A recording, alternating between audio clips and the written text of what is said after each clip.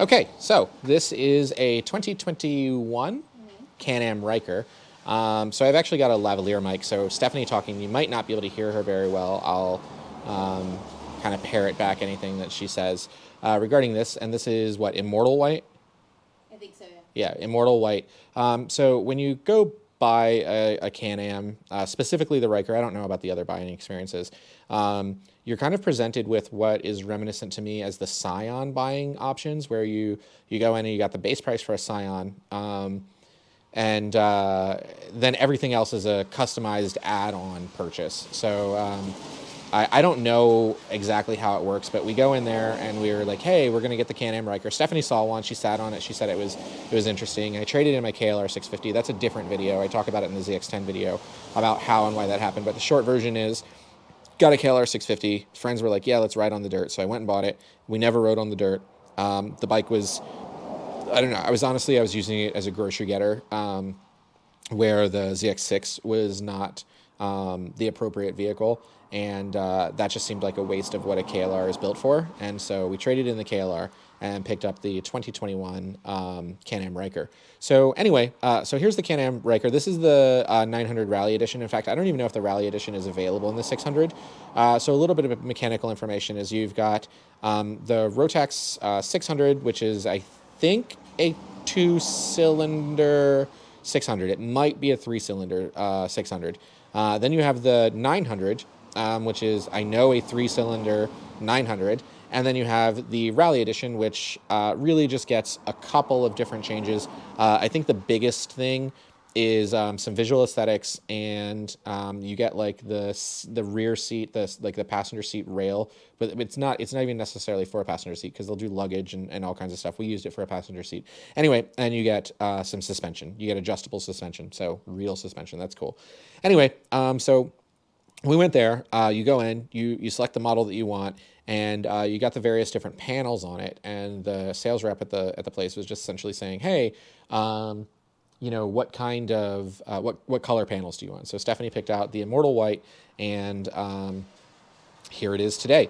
It's got my cell phone mount from the KLR 650, and my cup holder from the KLR 650 that's on it, because it's bars and it works on that, whereas it totally doesn't on clip-ons.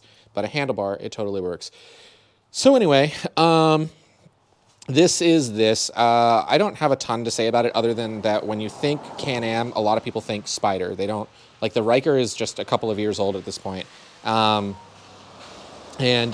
It's good fun. It's great fun. When you think Can-Am, you think Spider, you think old people that don't want to, have the investment or the risk or the energy of going two wheels. And so it's actually really funny when you're riding this and you give the biker wave to any other bikers and half of them don't wave back. And I actually said something about it in our local motorcycle group, and half the people were like, oh, I wave to anybody. And then the other half were like, get a real bike. And I was just like, hey, like, okay, whatever. Anyway, so there's that. This isn't really like a major walkthrough of the thing, but this is it. It's the Rally Edition. It has adjustable suspension.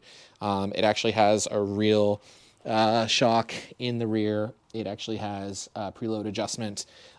It comes with this seat rail. It comes with Stephanie's butt. No, but it comes with like a rail back here. We actually put the seat on it, which is an accessory. This back piece is an accessory. Don't buy the short backrest. Do not buy that short backrest. What was it, like $250, something like that? $250 for the short backrest, or spend $300 and get the full backrest that folds down. We didn't realize that's exactly how it was set up initially, but yeah, $250 for that little nub back there. Don't do it. Just buy the full folding one, and you'll be much happier. If you're going to be taking a passenger, if you're not taking a passenger, buy a top case. So there's that. Anyway, really, really good fun. It's got a couple of different power modes that don't exist. I don't know if the power modes exist in the non-Rally Edition, but what I do know is that there is a Rally mode in the Rally Edition, and so that's actually a ton of fun.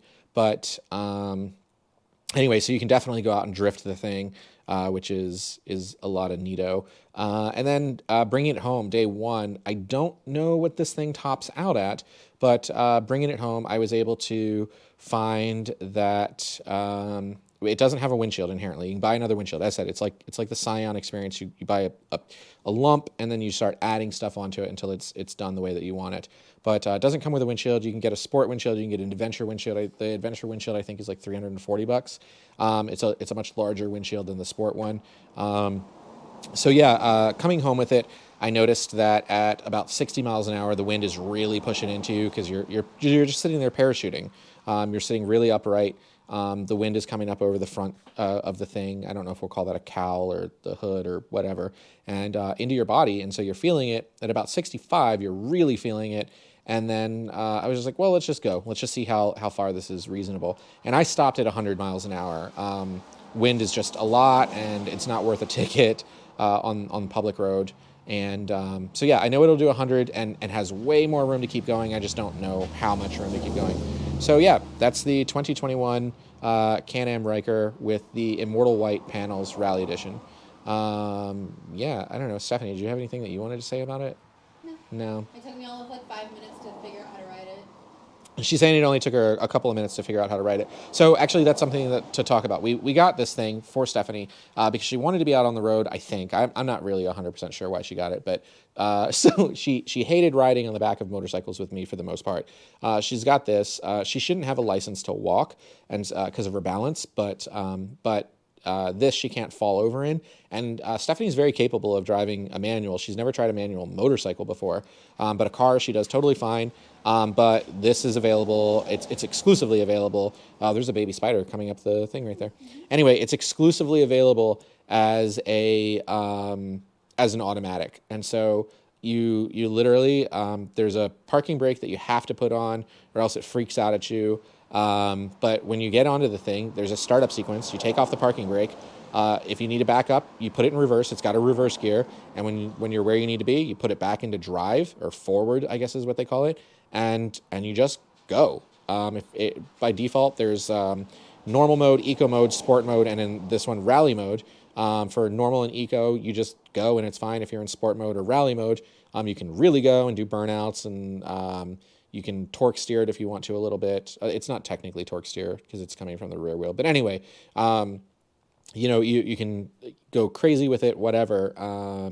But yeah, like literally 5 minutes to figure out the controls, the startup sequence, and you're good to go. The person who walked by a couple of times now, that's the owner of that Z125 right there, they sat on this a couple days after we had it, and I was just like, hey, drive me to the grocery store. And they're like, no, I'm not riding this thing. I don't know how to ride this thing. I was like, you know how to brake in a car, right? Because you have a foot brake. There's 3 brakes on this thing. You got your 2 brakes on the front. You got your rear brake on the rear. But unlike a motorcycle, it's one brake pedal. There's no levers at all. There's no clutch lever. There's no brake lever. You're just brake pedal and throttle where it traditionally is on a motorcycle. That's it. The other controls are very, very, very comparable to everything else on a motorcycle. We've got our, ignition and our start. We've got our, like our high beams, our turn signals, our horn. Everything else is the same, but otherwise it's super, super, super basic. You change the modes on the LCD display, and just gas, brake like a car, gas like a motorcycle, no shifting, and it's totally fine.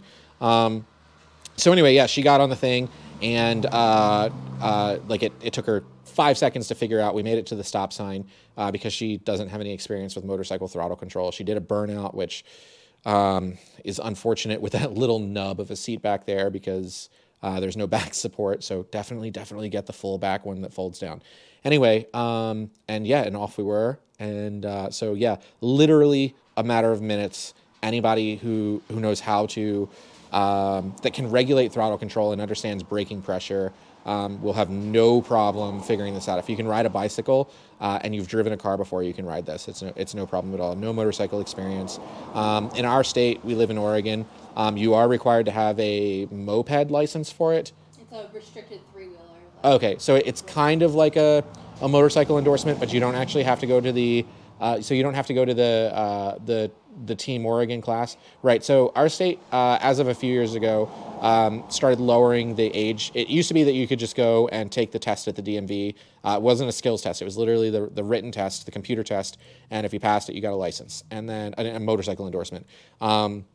Over the years, and I guess it's been a number of years, they started lowering that age. So it was like, if you're 65 or younger, you have to do it. If you're 55 or something like that, the other way around. It just, the gap got to the point where finally they were like, by this time, if you want a motorcycle endorsement, you must, and you don't have one already, you must go and take the course, like the actual rider skills, sitting on a motorcycle course test, and then go to the DMV and take the written one, depending on which test you take with our group. It's called Team Oregon.